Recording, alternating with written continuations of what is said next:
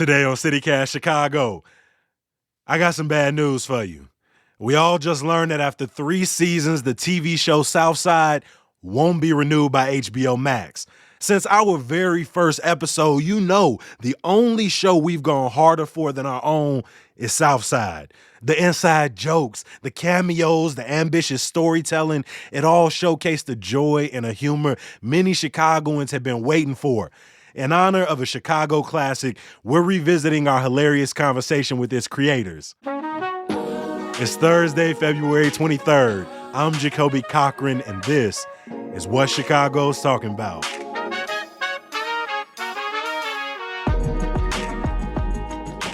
I can see his face. Sure, are you muted?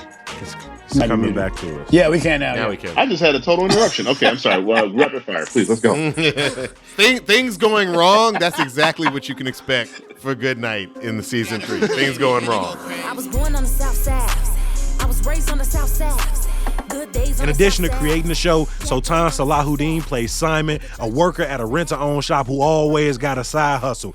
Bashir Salahuddin plays Officer Goodnight, and Diallo Riddle plays new and fictional Alderman Alan Gale. Quick little warning, the language is definitely rated R. Welcome to CityCast Chicago, fellas. Hey, Let's go. Let's get it. Let's go South Side. I'm doing a very good job of keeping it together because, fellas, I've been a fan of this show from the moment it dropped. Diallo, for anyone who has not watched Southside, what is the show about? The show is about the south side of Chicago. It's about, these two friends who, represent the working class, community that is there that often gets demonized in the press and in the media. Bashir and I always say that we feel like the stories that we tell on the show, technically a lot of them, as specific as they are, they could take place in, working class Black communities, all over the country. I always say that I'm the one person on the show, really the only person other than Michael Blyden, who did not grow up in Chicago. Bashir, Chandra, the twins, Sultan, everybody else grew up there. Mm-hmm. And it's so important that we get this story right because, people love Chicago, and it hasn't always gotten, the treatment it deserves in TV and film. Yeah, I feel like it doesn't always get a very complex, critical, but even a funny turn on the things that we're going through. Bashir, you're from the South Side. Mm-hmm. How do you set out to tell a story that people from our city feel represented in, Right. they connect to, but let's be real, that they find funny? I do have to give my brother his props. And we were trying to find a show to do. And he actually called me and said, yo, man, because one of the twins, Quincy, actually worked at Rent-A-Center for a decade. That's Quincy Young, who plays the RTO manager in the show. Satan, he said, hey, man, Quincy's at Rent-A-Center and he just does wild, funny stuff all day. He knew that Diallo and I were looking to do a show because we had really wanted something that represented our community. And, more importantly, it was just how do we make a very hard comedy? Because at the time, everything was it was all the comedies were kind of funny, but then they also had a lot of serious moments. And we knew we wanted to do something that was yeah, everybody was doing the dramedy the last few years. Doing the dramedy, yeah. And we were like, you know what? We don't want to do a dramedy. We want to do a hard comedy. It's the kind of stuff we grew up with. We want to show the lighter side. Ultimately what it comes down to is, when I'm home in Chicago, when I'm with family and friends, when I'm there, when I'm with people I grew up with, it's very joyful. It's a lot of fun. And we have a really good time. And for me, it was very important that the show represented that it represented the sort of easygoing, very familiar. Chicago is a place where you go to somebody's house for Thanksgiving and don't know anybody. And then by the time you leave, you got a new family. And I feel like that's the side of the city that ultimately this show is steeped in. It's steeped in that. And what the thing that, as Diallo mentioned, is the thing that's been so fulfilling is that lots and lots of people from all walks of life and all income levels, but specifically, a lot of Black folk from, Philly, from Oakland, from Detroit, from wherever, also see themselves in the show and see that sameness of their communities in our show. And for me, that let us know that, hey, we're on the right track. Yep. Absolutely. I love that universality, but I also, every time I'm talking to my friends, every time I'm talking to my producers, all we are thinking about is how we feel on the inside of a conversation. All of the Yes. jokes are for us. The comedy is for us, but we are letting other people come to our table. So, Ton, we follow a bunch of wild, funny folks on this show, but your character, Simon James, is very much our leading man. Can you tell us a little bit about Simon and, I mean, his hustle at RTO and beyond? Simon is a character. He is at the tip of the spear, man. His whole focus is, we've often said this a lot, if Simon were born in different circumstances, he'd be a billionaire. But unfortunately, because of those circumstances that he's born into and decisions he's made in life, he works at RTO, just like a lot of other blue-collar workers. But the one thing that I don't know if a lot of people get this is he does not have any quit in his drive. Muffin Mechanics is a small business, okay? So you gotta think like a small business, you got me? Carla's homemade glue sticks. I said you can't stick to a budget. Dean's fake traffic cones. Man, you're gonna need an attorney. And let me say, I am not an attorney. I cannot give you legal advice. But you know what? You can take it to Indiana. They don't give a fuck over there. You can do anything you want. Hey, nice suit, John Wick. Where your dog at? It's dead. I'm joking. Get out of here. It's my only suit is for funerals. He continues to try to go against the odds. He continues to try to rise above and make a better life for himself and his kids and everybody. And I think that exemplifies what a lot of brothers on the south side of Chicago and just in general around the nation are trying to do. Because you don't hear about the guys who work 2 and 3 jobs and they have more than one child that they're taking care of and they're doing it. The reason you don't hear about them is because they're busy doing the work. And I think Simon represents that individual and that drive and hunger for more. Mm-hmm. You know, Diallo, y'all have done Ferris Bueller homages. You touched on spades, stepping tournaments. Y'all done had Chance and Lisa B come through, make hilarious cameos. How do you accurately or attempt to accurately portray the ins and outs of the South Side without, being corny, without making people from outside the community feel like they can't, still participate in the conversation? I think a lot of it just comes from the fact that let me give some props to Bashir and Sultan. They really don't want to do a corny show. Like that is not on the to-do list. I think also because we'll tell you if it's whack, G. We not just going it's not even just that though. It's it. like I always come back to the writers' room. When we first started out trying to staff the show with writers, they sent us a lot of writers who were very good. Some writers had like the hot hand at that moment. Everybody was trying to get them, put on their show. But, it was very important. I remember Bashir saying, like, I really want people who are going to help us, define this as uniquely Chicago. There are enough voices in the room and enough Southside voices in the room where it's like, yo, instead of saying it takes place at this restaurant, we should say it takes place at this restaurant. You know what I'm saying? Like, so on top of just being funny, it's also like, let's use the most authentic, most Chicago reference or location that we can possibly use in each scenario. References run deep. Yeah, we got Chicago people. We got Will Miles, who went to Whitney Young. We got Langston Kerman, who's from Harvey. Alicia Cowan from the South Side. My wife, Chandra, who plays Officer Turner. She's from the South Side. Yep. It really was saying, like, to a bunch of Chicago people, like, let's let what's funny to us, because I think Chicago has a great sense of humor. Mm-hmm. Absolutely.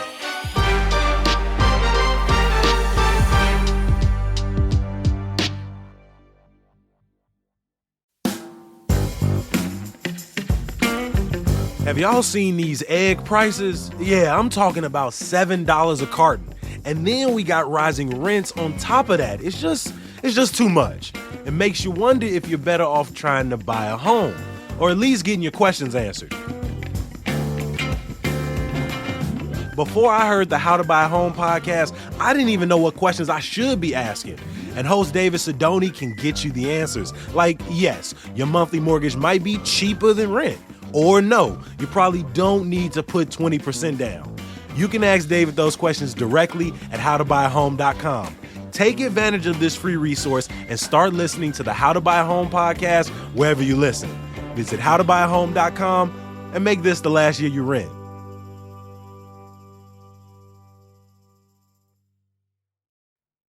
Y'all work with some amazing Black women on this show, but it's deeper than that because many are family, whether it's a hilarious cameo from y'all's mom in both the very first episode, Bashir and Sultan, to Zuri, your sister who plays Stacy. No, friend. You see, every time I try to date a regular guy, it never works out. You know, I think I'm just like cursed to only date Chicago's finest thugs. I don't know. Maybe you might find you a thug who can also do the dishes. Now, you know you can't turn no thug into a husband. You might be right. I know I am. Who's still in every scene she's in, to arguably the funniest person on the whole damn show, Chandra Russell as Zenobia Turner, who, I'm gonna be real, I find her so damn funny, but she both 12 and a landlord. I don't know how y'all got all of that in one person, and she's still, how special is this experience? You know what's interesting about you saying that, and I think it's one of the good things about our show. Our show doesn't really have good guys, and we also don't really have bad guys. You know, we have tough circumstances. Because I was even thinking about Simon, like when he Y'all got hustlers, clowns, we got clowns, some we got goofies, comedians, we got sticklers for rules. You got people like my character who is out. You know, he's just like, we call him. We in the writer room we tease him. We call him Job in the Bible because our goal with him is to put him through every terrible thing a person can go through. And one of my favorite compliments is whenever I'm in Chicago, every now and then somebody's like, "Man, I can't believe you got me laughing at the police. This is terrible." And I'm like, "Yeah, bro, I'm supposed to find no cop funny." I'm like, "Dude, I'm just trying to be funny, man. I'm just trying." Cognitive dissonance, man, that y'all put me through every single episode. Yeah, exactly. But he's not like, we don't play him as like some beleaguered hero who's just trying to do the best thing. He's messed up too. He hates the South Side. He can't stand the people down there, and he's really trying to get back to the North Side. So everybody got the things that they bring with them. And as our anchor Simon, as you put it, I think if Simon had an opportunity tomorrow, and they're like, "Hey man, you're gonna be the head of this new company," he'd be like, "All right, bye, peace." Like he wouldn't be trying to stick around down there. Man, you was talking about playing cards. That scene with Officer Turner, with Renee Lockett, who plays Dorothy Brown, with LaRoyce Hawkins, who plays Michael Owens. That's one of the funniest scenes. Yo stupid ass, sitting over here fucking kicking with these dumbass bitches. The next time you are cold and lonely at night, you call these two crip pussies. You fuck boy. Fuck all of y'all. Stupid bitches. And you a bitch too, nigga. A bitch.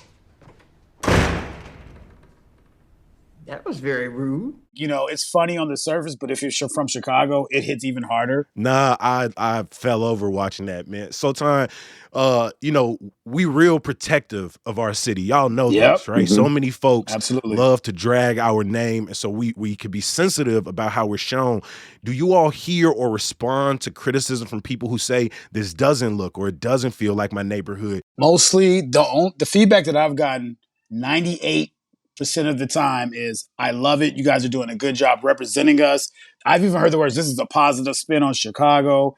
We really appreciate how you guys are focused on the funny." What was the 2%? Well, that's what I mean. That's people who were like, "Oh man, that's the lactose intolerant." Like, those fall on deaf ears. I mean, everybody has an opinion, and I respect everyone's opinion. But when it's like when I go outside and 8 out of 10 people tell me they love the show and this is who their favorite character is. And you know what? The one thing that I notice when I talk to people about the show is they smile with their eyes and they smile with their mouth before they even say a word. And then they let me know how much they like the show, how proud of us they are, and how much they enjoy it. So that's been the majority of my experience through all 3 seasons. She shining. It even goes really quickly so far as like, we'll be just like somebody who shows up to play a bus driver because we just need a bus driver for this scene. And he made us laugh. And then it's like, "Yo, man, we got to put that guy on camera." Like this season, last thing I'll say, there's a guy who literally, I was at home and I wanted a snow cone, and I was at my mom's house. I was in Chatham. You know, we're from originally Tutan, now we're from South Shore. And when I was about 10, 11, we moved to Chatham. We moved to Auburn and Gresham. Gresham. It has 5 names. Pick one. It's Halsted and whatever you want to call it, that area. And I was like, "I want to snorkel." My mom was like, she's like, "There's a guy on 80th and 81st in Vincennes. He's really good." I went over there. He made me laugh. I didn't say shit to him. I got my snow cones. 3 days later, I had somebody go up to him, and right now he's in the trailer for season 3. So he's in the trailer. Snow cone man is here. What can I get for you, baby? Okay, I'm gonna dare to be different. Let me get an apricot. Apricot? Come on, I'm telling you. Nobody in the hell drink this apricot. This is terrible right here. Okay. I don't even know how you seen that. I had it in the back. Right, okay. Listen to me. What do most people get? Listen to me. Yeah. You got beautiful eyes. Come on, let it flow. Hey, talking about, I don't even know how you saw that. It's in the back. Nobody asked for apricot. That is a real dude from Chicago. That dude is literally 81st and Vincennes selling snow cones and just had me dying Yeah. because I tried to. And what's funny is I actually tried to order a snow cone from him, and he was like, "Don't get that flavor. Don't nobody get that. Come on, man. You about to have a bunch of disappointed people at your house." And I was dying. I love that. He didn't know who I love was. that. But that's Chicago, and that's That the side of is. Chicago you never see. You don't see the funny bus drivers, the guy who drives a shuttle to airport, the dude who's doing the garbage rounds, the assistant principals, the high school teachers, the dudes who work at Rent Center. Like there's so many people who are just like funny, and you never see them. Because I was going to say, really, the one criticism I have heard, which I'm proud not to do, is I've heard a couple people say to me, like, you got to show the grittier side. And I'm like, oh, y'all want us to show people getting murdered and shit. And I'm like, you know what? There's so many other places for you to see that. We're going to keep it positive. Yep. Diallo, as an adopted son, how has this, experience helped you to come to understand and maybe fall in love with Chicago the way, I do?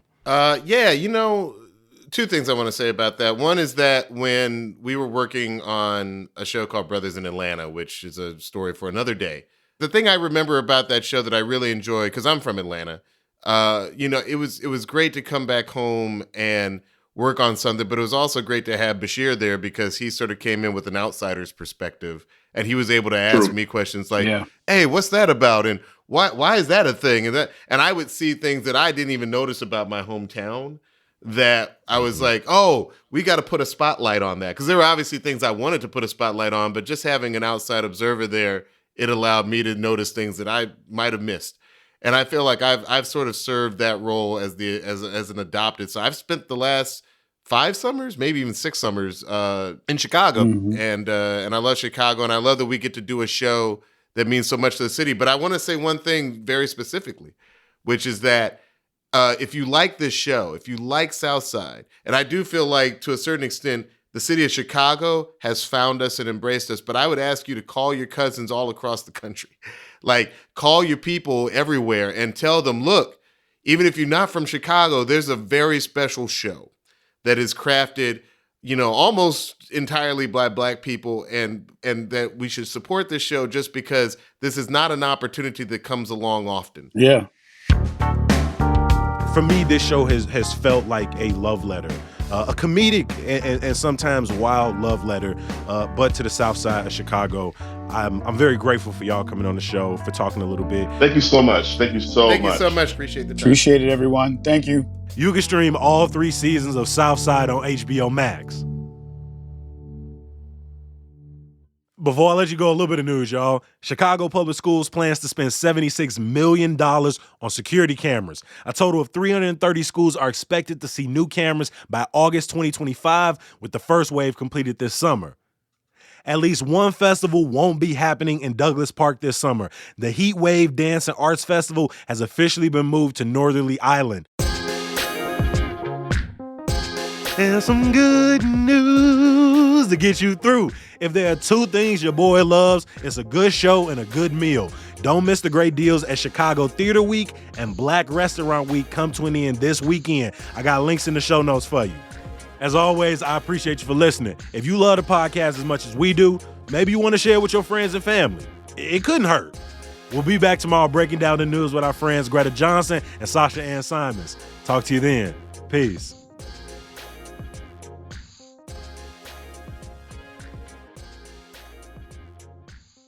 We got some bad news.